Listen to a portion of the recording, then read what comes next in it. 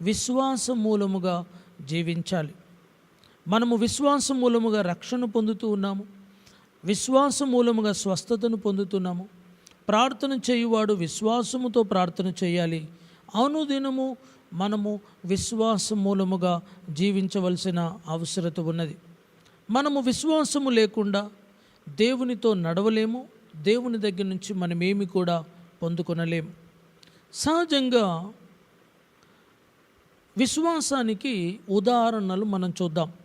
Bible గ్రంథంలో నేను 5 వ్యక్తుల కొరకు చెప్పబోతూ ఉన్నాను.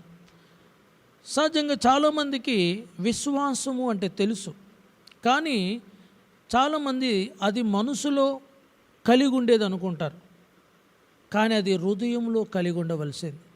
ఈ 5 వ్యక్తులు బైబిల్ గ్రంథంలో విశ్వాసాన్ని బట్టి ఏమి చేసినారు? దీన్ని బట్టి స్పష్టముగా